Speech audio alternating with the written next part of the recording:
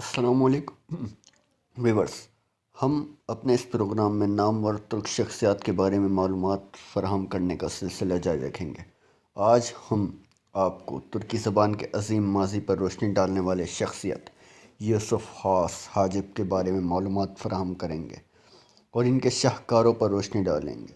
سامعین، یوسف خاص حاجب کی زندگی کے بارے میں زیادہ معلومات حاصل نہیں ہیں، تاہم کے سن 1018 میں پیدا ہونے کا خیال ظاہر کیا جاتا ہے۔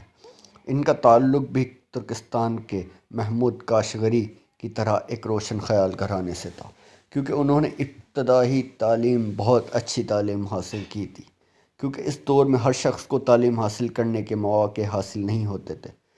انہوں نے تعلیم حاصل کرنے کے بعد علاقے میں اپنی قابلیت کی دھار بنا رکھی تھی۔ جس شخص کو کوئی مسئلہ درپیش ہوتا، وہ اس مسئلے کے حل کے لیے یوسف حاجب سے رجوع کرتا۔ یوسف حاجب ترکستان کے شہر بالاسگو میں پیدا ہوئے تھے۔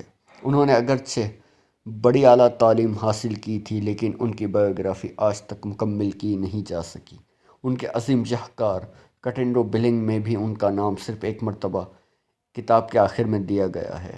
اپنی مادری زبان ترکی کے علاوہ ان کو فارسی اور عربی پر بھی مہارت حاصل تھی۔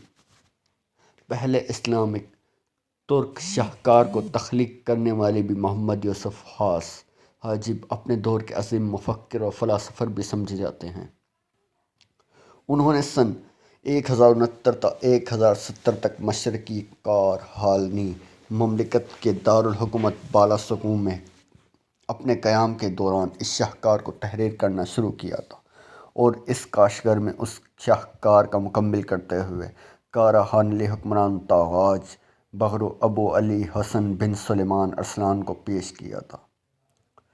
کٹگنو بلنگ نامی کتاب دراصل حقانی ترکی زبان ہی میں تحریر کی جانے والی کتاب ہے۔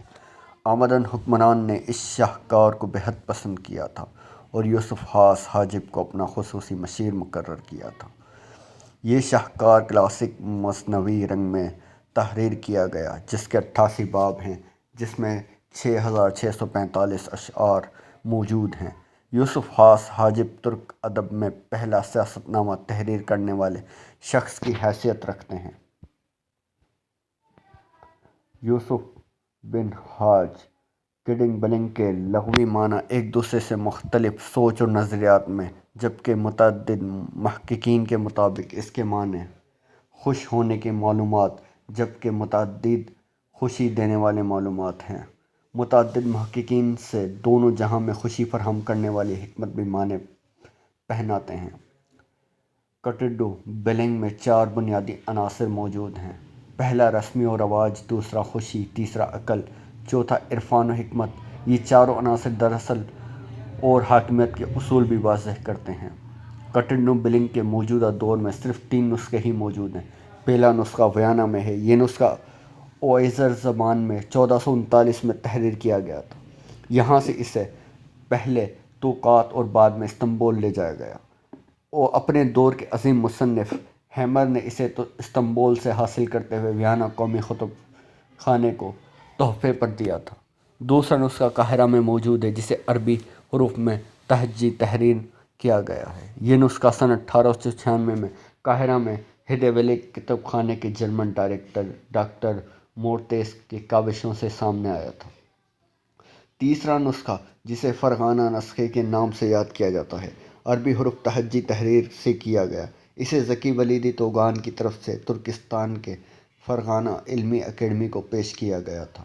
یوسف خاص حاجی ایک ترقی پسند اور روشن خیال انسان ہونے کے ناطے اپنے دور کے نوجوانوں کو بھی علمی روشنی سے منور کرنے کی کوشش کی تھی۔ انہوں نے اپنے دور میں فارابی جیسی عظیم ہستیوں کے شاہکار کو بھی ذہن نشین کر لیا تھا اور شاہکاروں کو نوجوان نسل تک پہنچانے کی کوشش کی تھی۔ یوسف حاجب، جو ترکی زبانوں کی باریکیوں سے پوری طرح واقف تھے، انہوں نے ترکی زبان کو فروغ دینے کے لیے بڑی کوششیں کی تھیں، اور انہوں نے ترکی زبان میں اشعار بھی کہے تھے۔ اس عظیم ادبی اور سیاسی شخصیت سن 1077 میں کاشغر میں وفات پائی اور وہیں انہیں سپرد خاک کیا گیا۔ تو دوستو، یہ تھی میری ترک کے عظیم شاعر کے بارے میں ایک چھوٹی سی ڈاکیومنٹری۔ امید رکھتا ہوں کہ آپ کو پسند آئی ہوگی۔ اس طرح کی ویڈیوز کے لیے ہمارا چینل سبسکرائب کریں اور کمنٹ میں آگاہ کریں۔ اللہ حافظ۔